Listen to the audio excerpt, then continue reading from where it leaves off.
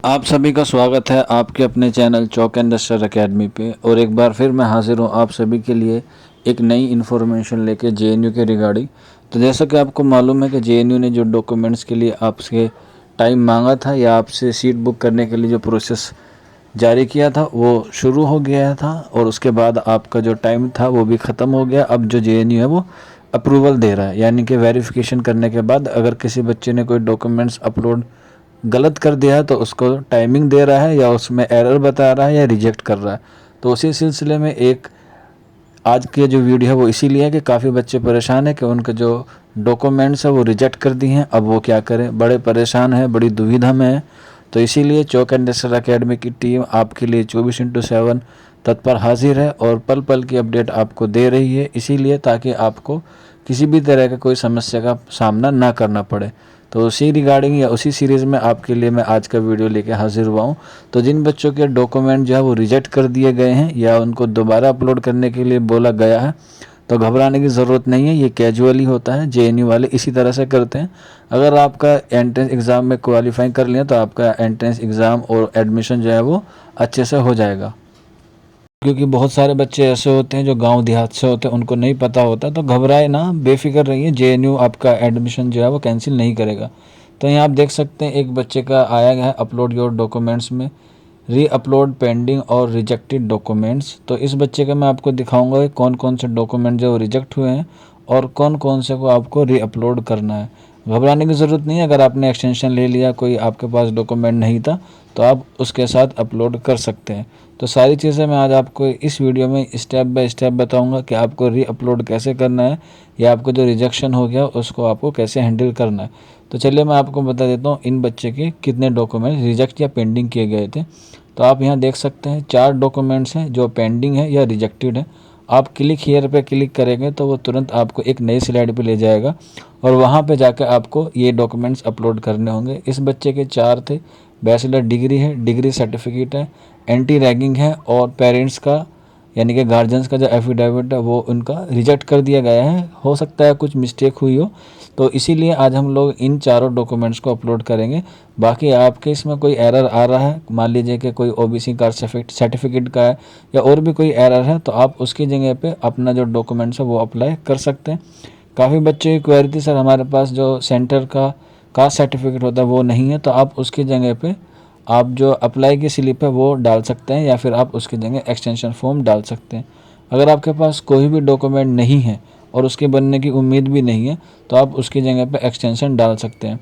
और ये बात आप ख़ास तौर से ख्याल रखें, डॉक्यूमेंट्स अपलोड करने के बाद लॉग आउट करके आप दोबारा लॉगिन करें। क्योंकि जब मैं इस बच्चे का फॉर्म फिलअप कर रहा था तो ये दिक्कत आ रही थी कि एक जो डॉक्यूमेंट्स है वो ऑटोमेटिकली पेंडिंग दिखा रहा था। तो फिर मैंने उसकी जगह पे एक्सटेंशन अपलोड कर दिया तो उन्होंने वो एक्सेप्ट कर लिया। अभी वो अप्रूवल के लिए गए, अगर कोई मिस्टेक होगी तो दोबारा से इस तरह का कोई मैसेज भेजेंगे। तो चलिए मैं आपको बता देता हूँ कि मैंने किस तरह से स्टेप बाय स्टेप जो है वो डॉक्यूमेंट्स अपलोड किए हैं। तो मैं पहले सारी चीज़ें जो दिखा देता हूँ कि वो कैसे दिखाएगा। क्लिक हियर पे आप क्लिक कर लीजिएगा। तो जैसे ही आप क्लिक हियर पे क्लिक करेंगे तो जो डॉक्यूमेंट्स आपके पेंडिंग या रिजेक्ट होंगे या री अपलोड के लिए आएंगे तो उसका ऑप्शन इस तरह से खुल के आ जाएगा। तो मैंने आपको बताया था कि 4 डॉक्यूमेंट है इस बच्चे के, तो 4 सेक्शन खुल के आ गए, बाकी नहीं आए। तो जो नहीं आए हैं वो तो आपके एक्सेप्टेबल कर लिए गए हैं और जो रिजेक्ट या पेंडिंग कर दिए गए उनको आपको दोबारा से री अपलोड करने के लिए बोला गया। तो मैं यहाँ पे ये चारों डॉक्यूमेंट्स अपलोड कर देता हूँ, फिर आपको दिखाता हूँ। तो चलिए जैसे ही मैं इनको अपलोड करूँगा तो वो इस तरह से आएंगे जैसा आप अपनी स्क्रीन पर देख रहे हैं कि सारे ग्रीन आ गए हैं और मैंने सारे जो है वो अपलोड कर दिया, मार्कशीट, सर्टिफिकेट और एफिडेविट और इसके साथ साथ जो गार्जियंस का एफिडेविट है सारे अपलोड कर दिए। देन मैं नीचे आप देखेंगे नीचे सबमिट का बटन आएगा, तो मैं यहाँ सबमिट कर दूँगा। ये देखिए नीचे ग्रीन लाइन में लिखा है और मैं सबमिट कर दूँगा। तो सबमिट करने के बाद मैंने जैसे ही देखा कि फिर लॉग आउट किया था, फिर दोबारा से आया तो वो पूछ रहा है कि आपका एक पेंडिंग में, यानी कि अभी एक डॉक्यूमेंट जो है वो अभी एक्सेप्ट नहीं किया। तो मैंने उसकी जगह पे जो है अप्रूवल के लिए दोबारा से ही इसको लॉगिन किया और फिर जो अप्रूवल के लिए मांग आया था उस पर क्लिक हियर किया एंड देन बैचलर डिग्री की जगह मैंने एक्सटेंशन फॉर्म जो है वो अपलोड कर दिया।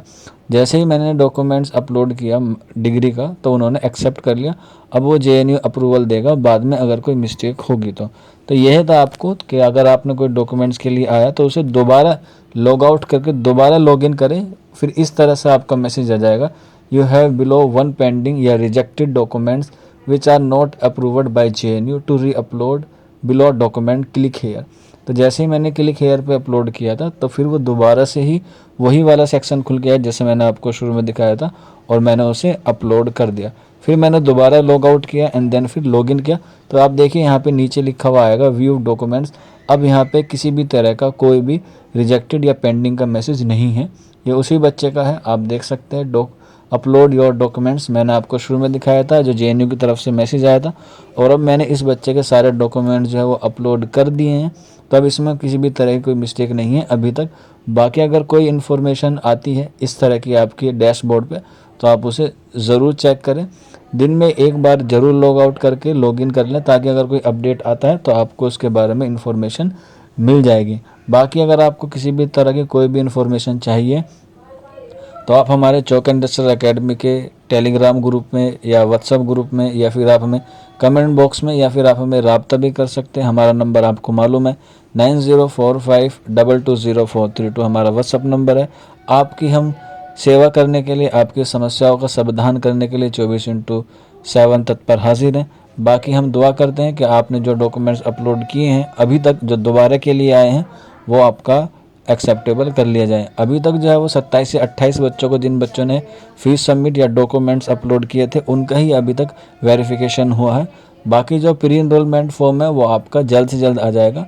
तो अभी यहाँ पे लिखा है विल बी अवेलेबल शॉर्टली, तो यहाँ पे ग्रीन कलर से आ जाएगा, फिर आप उसे प्री इनरोलमेंट को डाउनलोड कर सकते हैं। इस पर मैंने आपका वीडियो बना दिया था। तो मिलते हैं आप लोगों से जल्दी। शुक्रिया फॉर वॉचिंग दिस वीडियो।